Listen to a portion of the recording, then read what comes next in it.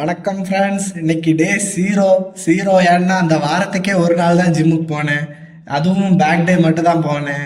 First நம்ம எப்பவும் போல் புல்லப்பை வார்மப்புக்கு எடுத்துகிட்டு அப்புறமாயிட்டு நம்மளோட லேட் புல் டவுன் அப்படி எக்ஸசைஸ் எல்லாம் முடிச்சுட்டு பைசப் போட்டேன். கதை என்னன்னா, இந்த வாரம் ஃபுல்லாகவே விளங்கலை. என்ன கணக்குன்னா, ஃபீவர் சரியாகவே இல்லை. அது என்ன சோதிக்க, நான் அதை சோதிக்க, சோதனை மேலே சோதனை.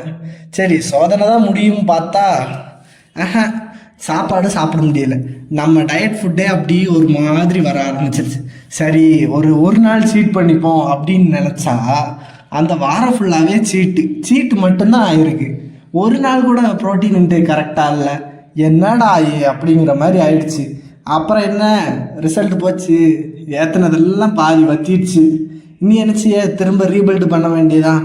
நம்மளுக்கு என்ன இது புதுசா அப்படின்ட்டு சரி இந்த வாரம் ஆரம்பிப்போன்னு இன்னைக்கு ஆரம்பிச்சிருக்கேன். பார்க்கலாம் எப்படி போகுதுன்னு. அப்புறமாயிட்டு அந்த சீட் டேயில் இஷ்டம் போல் சாப்பிட்றது என்ன கணக்குன்னே தெரியல.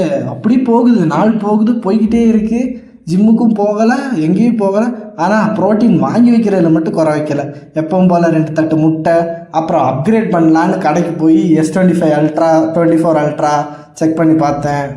சீட் டே சொன்னேன்ல, ஃபுல்லாக சாப்பாடு தான். அப்புறம் மனசு சரியில்லைன்னு தேட்டருக்கு போனால் படம் பேரே தெரியாமல் படத்தை முடிச்சாச்சு. இன்னுமே அந்த படத்து பேர் தெரியல. அப்புறம் பிரியாணி தந்தூரி எல்லாம் சாப்பிட்டுட்டு தொப்பையை வச்சுட்டு இந்த வீக்கை முடிச்சிட்டேன்.